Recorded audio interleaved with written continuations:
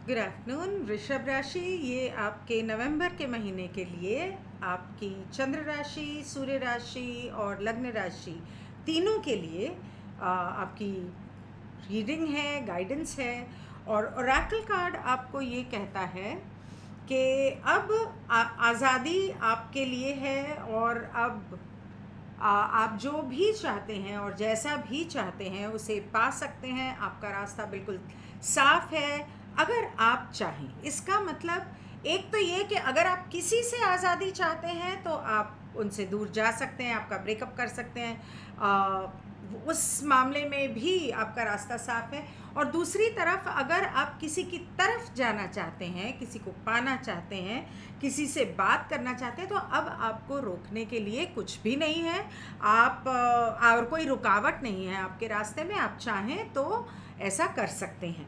दूसरा ये कहते हैं कि आप जिस नज़रिए से और जिस चीज़ को जिस तरह से देख रहे हैं उसके अलावा भी और रास्ते हो सकते हैं और चॉइसेस हो सकती हैं, पॉसिबिलिटीज़ हो सकती हैं। हो सकता है कि आप सिर्फ एक इंसान की तरफ देख रहे हैं लेकिन उससे बेहतर शायद कहीं आसपास हो, आपके सामने हो और आप उसकी तरफ देख ना रहे हों।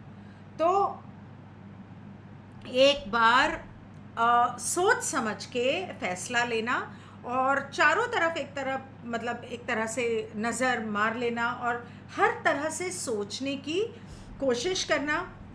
सिर्फ वन ट्रैक माइंड से मत सोचना। और ये वो लव के लिए था, ये लाइफ के लिए है। मतलब कि जिस तरह से ज़िंदगी में किसी भी, it could be a job, it could be business, it could be any kind of choices जो आप करना चाहते हैं, एजुकेशन वगैरह, किसी भी चीज़ में हर तरह के ऑप्शन को सोच के चलना है।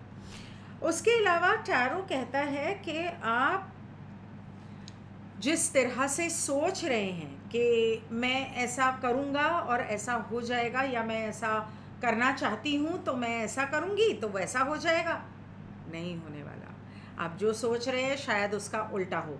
इसलिए बेस्ट तरीका इसका ये होता है कि आप कुछ भी ना सोचें और रिजल्ट को, वो क्या है, कर्मण्येवाधिकारस्य मा फलेषु कदाचन।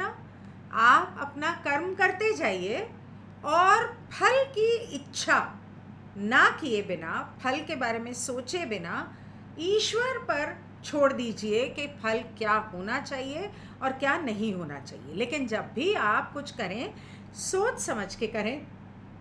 और जैसा कि मैंने कहा, अपनी सारी पॉसिबिलिटीज़ और सभी खुले या बंद खिड़की दरवाज़ों की तरफ देख कर फैसला करें। जैसा कि मैंने कहा कि अब आपके लिए रास्ता साफ है, तो ये बता रहा है कि आपके सामने चॉइस है। आप क्या चुनते हैं ये आपके ऊपर है। और उस चॉइस में एक एक्स्ट्रा मैरिटल अफेयर भी शामिल हो सकता है। क्या आप करना चाहते हैं? क्या उसका रिजल्ट सही होगा? घर में कलेश तो नहीं पड़ जाएगा? सोच समझ के करना जो भी करना है। उसके अलावा जो लोग सिंगल हैं और चाह रहे हैं कि उनकी ज़िंदगी में कोई हो, उनकी ज़िंदगी में हो सकता है कि कोई आए। तो जो भी आएगा, दो आएंगे, एक नहीं आएगा, दो आएंगे।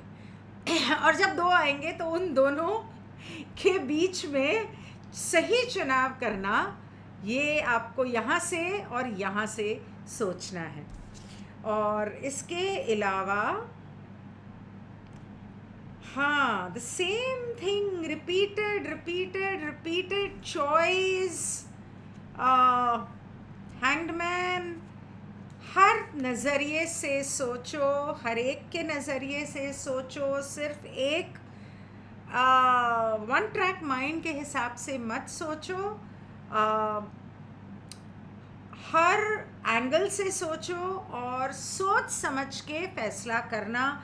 अगर फिर भी आपके मन में कंफ्यूजन हो तो आप मुझसे एक अपॉइंटमेंट लेकर अपनी रीडिंग करवा सकते हैं, ताकि मैं आपको चुनाव करने में, सही डिसीजन करने में मदद कर सकूं। ये वृषभ राशि के लिए था। अगर आप मुझसे अपॉइंटमेंट चाहते हैं तो आप गिनियानेजा.com पर जा सकते हैं। इंस्टाग्राम पे मेरे पेज के ऊपर मेरा कांटेक्ट है, व्हाट्सएप कांटेक्ट है, और गिनियानेजा.com टेलीग्राम, अगर आप टेलीग्राम ग्रुप में हैं, you can always take up an appointment with me and get a reading done. Thank you so much.